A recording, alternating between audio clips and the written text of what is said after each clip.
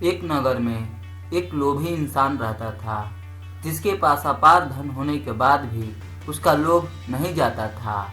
एक दिन उस नगर में एक चमत्कारी बाबा आए।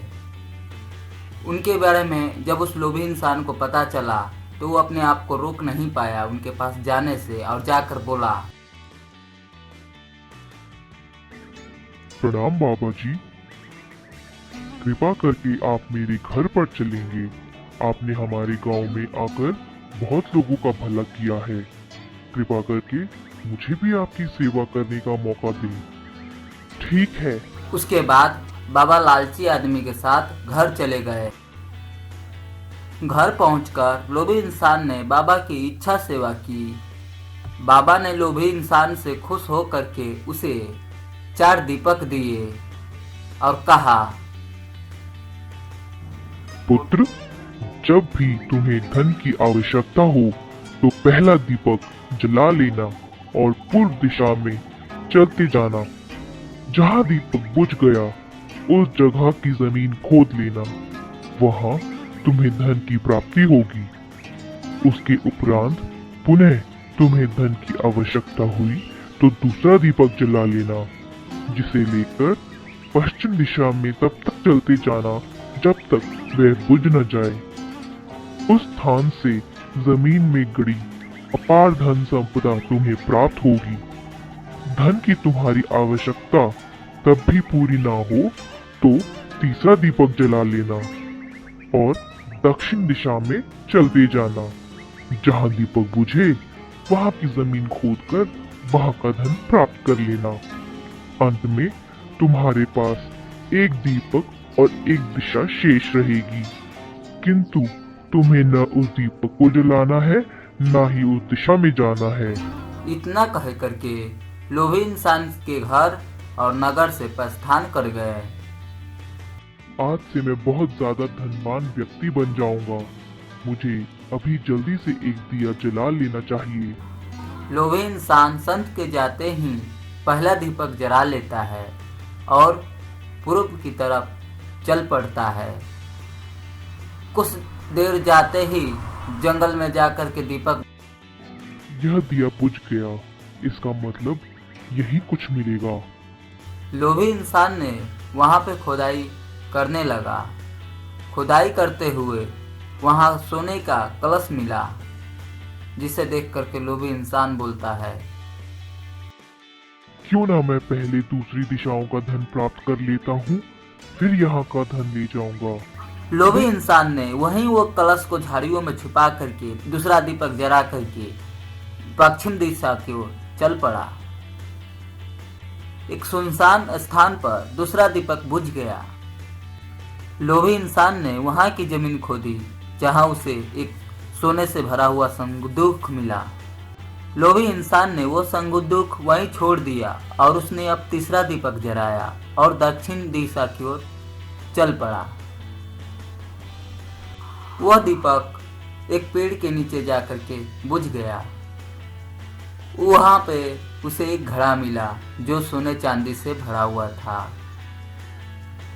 लोभी इंसान इतना सारा धन पा करके खुश तो बहुत हुआ, लेकिन अब वह आखिरी दीपक जला करके उत्तर दिशा में जाने के लिए सोचने लगा, और जिसके लिए संत ने मना किया था। लोभ में फंसे हुए इंसान ने सोचा, इस स्थान से ज्यादा उस स्थान पर धन छिपा होगा। मुझे लगता है कि उस दिशा में सबसे ज्यादा धन होगा जो संत स्वयं रखना चाहता होगा। मुझे तत्काल वहां जाकर उससे पहले उस धन को अपने कब्जे में कर लेना चाहिए। उसके बाद सारा जीवन मैं ऐश आराम से बिताऊंगा। अंतिम दीपक जलाकर लोभी इंसान उत्तर दिशा में बढ़ने लगा। चलते चलते वह एक महल के पास पहुंचा और वहां पर जाकर के दीपक बुझ गया। दीपक के बुझते ही लोभी इंसान महल के अंदर जाकर के सारे कमरों में धन की तलाश करने लगा। एक कक्ष में उसे सोने चांदी से भरा हुआ बुढ़िया मिला, जिसे देख करके वो आंखें फटी की फटी रह गई। उसकी अपार धन देख उसका लालच और बढ़ने लगा और वो आगे बढ़ा। कुछ आगे जाने पर उसे चक्की चलने की आवाज़ सुनाई दी और वो उस दरवाजे के पास चौंका और वो दरवाज़ा खोला।